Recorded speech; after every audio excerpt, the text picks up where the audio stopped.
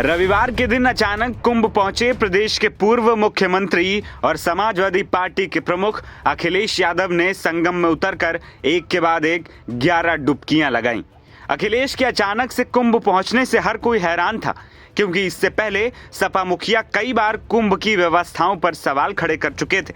ऐसे में कुंभ पहुंचकर अखिलेश ने एक बड़ा सियासी संदेश दिया है, चाहे वो राजनीतिक दृष्टिकोण से हो या फिर आध्यात्मिक। लेकिन ये समझें, उससे पहले आपको अखिलेश की 11 डुबकियों के पीछे का राज समझाते हैं, जिससे उन्होंने खुद पर्दा उठाया है। दरअसल महाकुंभ में नहाने के बाद अखिलेश ने कहा कि गणतंत्र दिवस के मौके पर मुझे संगम में 11 डुबकी लगाने का मौका मिला। भगवान से कामना है कि लोगों के बीच सौहार्द और सद्भावना बना रहे और वे सहनशीलता के साथ आगे बढ़े। हालांकि अखिलेश ने इस दौरान 11 बार डुबकी लगाने के राज के बारे में खुलकर नहीं बताया, लेकिन अब उन्होंने एक्स पर पोस्ट करते हुए बताया है कि आखिर उनकी 11 डुबकियों का मतलब क्या है। उन्होंने हर डुबकी का अलग अलग मतलब बताया है। एक्स पर अखिलेश ने लिखा, महाकुंभ के पावन अवसर पर संगम में एक डुबकी मां त्रिवेणी को प्रणाम की, एक डुबकी आत्म ध्यान की, एक डुबकी सर्व कल्याण की, एक डुबकी सबके उत्थान की, एक डुबकी सबके सम्मान की, एक डुबकी सर्व समाधान की, एक डुबकी दर्द से निदान की, एक डुबकी प्रेम के आह्वान की, एक डुबकी देश के निर्माण की, एक डुबकी एकता के पैगाम की।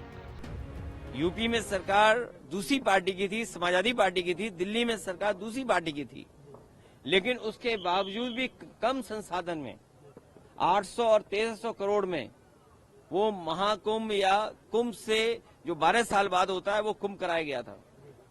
और आज तो सुनने में आ रहा है कि 7,000 करोड़ 10,000 करोड़ खर्च हो रहा है।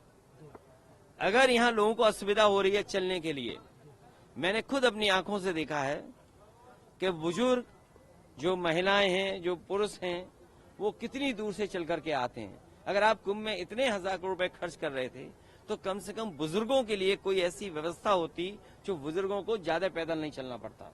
और फिर जैसे हम हैं वीआईपी या और हैं वीआईपी या और सम्मानित लोग जब आए तो कम से कम व्यवस्था ऐसी होनी चाहिए, पूरे कुंभ को पता लगे कि हाँ आज कोई वीआईपी है जिसकी वजह से ये व्यवस्थाएं बहुत अच्छी चल रही हैं। मतलब आप डुबकी लगाकर भी निशाना साध रहे हैं। नहीं देखिए, डुबकी लगाकर भी सियासी निशाना साध रहे हैं। अरे भाई ये बताओ, माँ गंगा के किनारे लोग झूठ बोल रहे हैं।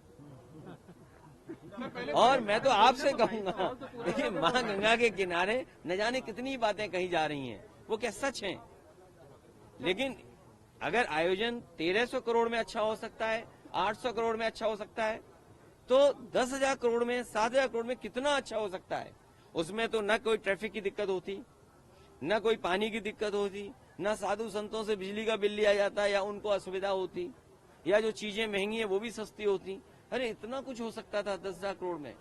और फिर तो दिल्ली की सरकार भी उनकी है और वो भी अर्थव्यवस्था कहाँ पहुंच रही है, तो 10,000 करोड़ और मांगने चाहिए। हमारी मांग है उत्तर प्रदेश सरकार को दिल्ली सरकार 10,000 करोड़ और रुपए दे, जिससे महाकुंभ के आयोजन के लिए।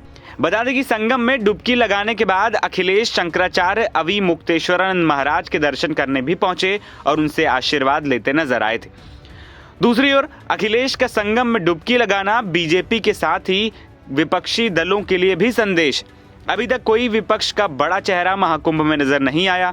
बीजेपी और उसके सहयोगी इस पर तमाम सवाल भी खड़े कर रहे थे, लेकिन महाकुंभ की व्यवस्थाओं पर सवाल उठा रहे विपक्षी नेता वहां जाने के सवालों पर मौन नजर आ रहे थे। लेकिन अखिलेश यादव सवाल उठाने के बावजूद इन सब के बीच अब महाकुंभ में स्नान करके विपक्षी दलों के बीच बाजी मारते हुए नजर आ रहे हैं। एनबीटी ऑनलाइन की रिपोर्ट।